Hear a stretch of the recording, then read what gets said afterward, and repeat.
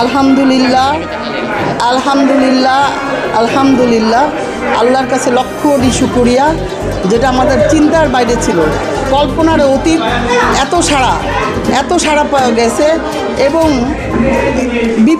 বিপুল জনগণ চারিদিক থেকে এসছে, অন্য দলের থেকে, গ্রুপের থেকে এসেও জয়েন করেছে। আওয়ামী লীগ, যুবলীগ, ছাত্রলীগ, কৃষক লীগ, সৈনিক লীগ, যত লীগ আছে, যুব মহিলা লীগ, যুবলীগ যত আছে, সমস্ত চারিদিকে সবাই মিলে একসঙ্গে একযোগে একেবারে জোয়ার উঠেছে। সকল প্রশংসা আল্লাহর। আমি আল্লাহর কাছে কোটি কোটি শুকরিয়া করি। এটা আমরা আশাও করতে পারিনি যে এত সাড়া পাওয়া যাবে। সে প্রচণ্ড রকমের আত্মবিশ্বাসী এবং সে ধার্মিক। সে 5 ওয়াক্ত নামাজ পড়ে, রোজা থাকে, আল্লাহর মতো একটা সিগারেটও খায় না। সে সৎ, বিনয়ী, ভদ্র, নম্র, সে অসম্ভব ধৈর্যশীল। তার প্রচণ্ড রকমের সহ্য করার ক্ষমতা আল্লাহ দান করেছে তাকে, এবং সে ছোটোবেলার থেকেই খুব স্যাক্রিফাইস করা শিখেছে। কীভাবে ত্যাগ করতে হয়, কীভাবে স্বার্থ ত্যাগ করতে হয়, কীভাবে মানুষকে ভালোবাসতে হয়, কীভাবে মানুষের পাশে দাঁড়াতে হয়, সব কিছু এগুলি ছোটোবেলার থেকে শিখে আসছে। সে কখনই এখন পর্যন্ত কারোর সঙ্গে বেয়াদবি করে নাই, কারোর সঙ্গে খারাপ ব্যবহার করে নাই। ও গ্রিডি না। আলহামদুলিল্লাহ, সে আল্লাহর কাছে অনেক শুকরিয়া যে আল্লাহ এরকম একটা, আমার 3টে সন্তানই আলহামদুলিল্লাহ এরকম।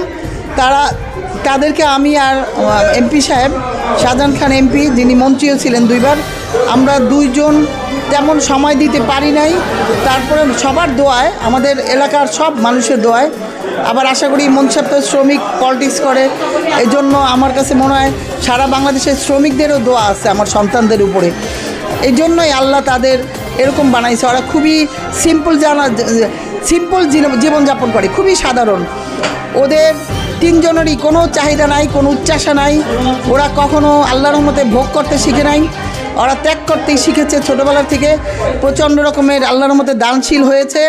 আমার এলাকাবাসীর উদ্দেশ্যে আমি বলতে চাই, বিশেষ করে 15 ইউনিয়ন পৌরসভা সহ এইখানে যদি কেউ কখনো নতুন উপজেলার চেয়ারম্যান যখন আসিফ খান হবে, আলহামদুলিল্লাহ আনারস মার্কা ইনশাল্লাহ আশা করি বিপুল ভোটে জয়ী হবে।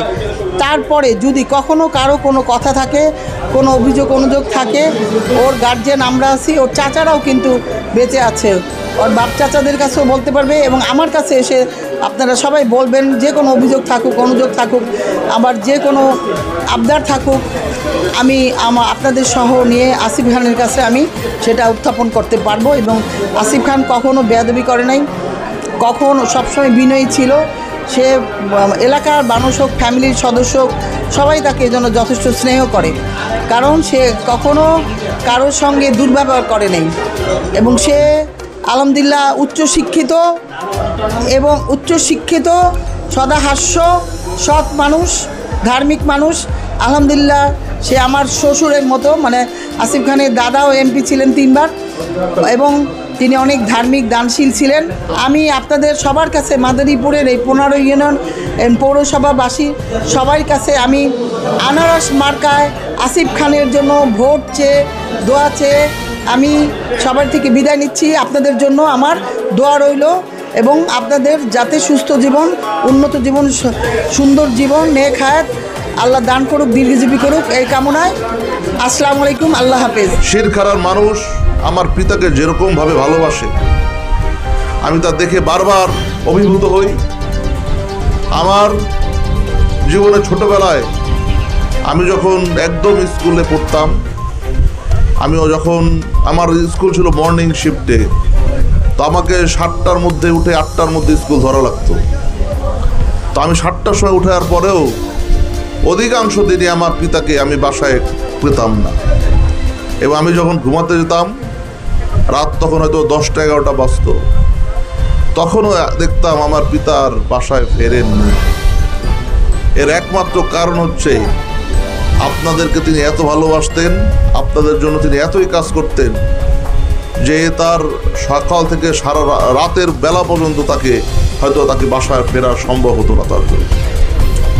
আমরা একই বাড়িতে, একই ঘরে থাকার পরেও আমার পিতাকে হয়তোবা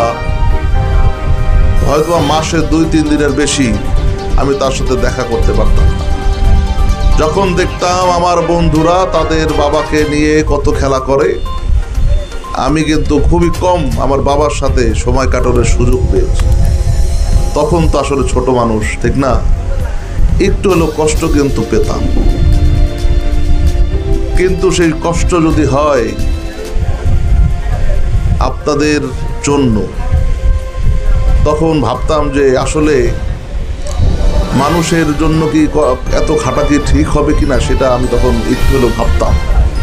কিন্তু ধীরে ধীরে যখন বড় হতাম তখন রিয়েলাইজ করলাম, যখন দেখতে পেলাম যে আপনাদের ভালোবাসার কি মূল্য, তখন সেই কষ্ট যদি হয় এক নদী পরিমাণ, সেই কষ্টকে আপনারা সেই ভালোবাসা দিয়ে, সাগর পরিমাণ ভালোবাসা দিয়ে তা পূরণ করে দিয়েছেন। সেই কষ্ট এখন আর কষ্ট নেই, তা এখন ভালোবাসায় পূর্ণ হয়ে গিয়েছে। আমার এটা জীবনের প্রথম ভোট, আপনাদের নাতির, আপনাদের ভাগিনার, আপনাদের ভাইস্তার, আপনাদের সন্তানের এটা প্রথম নির্বাচন। আপনারা কি আমার একটা ভোট দেবেন না? মার্কাও তো পাইছে একটু ভালোই, আনারস। আমি এইবারের মতো মিষ্টি আনারস আমার জীবনে আমি খাই নাই। এইবার গরমটাও বেশি পড়ছে, আনারসও মিষ্টি হয়েছে। তো আমি ভাবলাম তাইলে মনে হয় আল্লাহর রহমতে জেতার সম্ভাবনা একটু আছে। জেতার সম্ভাবনা থাকবে না কেন? মানুষের যে ভালোবাসা, মানুষের যেই আগ্রহ, যেখানে যাই তারা বলে তোমার দাদাকে ভোট দিয়েছি, যারা মুরব্বী তারা বলে তোমার দাদাকে ভোট দিয়েছি, তোমার বাবাকেও ভোট দিয়েছি, এবার তোমাকেও ভোট দেব। এরকম আস্থা, এরকম ভালোবাসা আমি ভাবতে পারি না যে এরকম ভালোবাসা, এরকম আস্থা আমি পাবো। আমার পরিবারের প্রতি আপনাদেরকে আস্থা আছে কি নাই? আছে না? থাকলে একটু ভাই আমাকে এইবার একটা ভোট দিয়ে দেখেন আমি সেই জায়গাটা নিতে পারি কিনা। এটা আমি চাইতে পারি না? হাত দিয়ে একটু উঠে দেন কারা কারা। ধন্যবাদ, ধন্যবাদ, ধন্যবাদ, ধন্যবাদ, ধন্যবাদ আপনাদের সবাইকে। আসলে যেই জায়গায় গেছি কয়েকটা হাত একটু দেরি ধরছে, কিন্তু আমি শিরখানা এসে দেখলাম যে আপনাদের একজনের হাত দেরি ধরে নাই, সবাই একসাথে হাত উঠাইছে। সবাইকে ধন্যবাদ।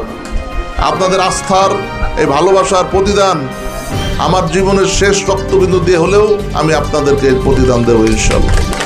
আর অবশ্যই আপনাদেরকে সবাই নিয়ে এই মাদারীপুরের উন্নয়ন করব, সবাইকে সাথে নিয়ে কাজ করব, এই প্রত্যাশায় বক্তৃতা শেষ করছি। জয় বাংলা, জয় বঙ্গবন্ধু।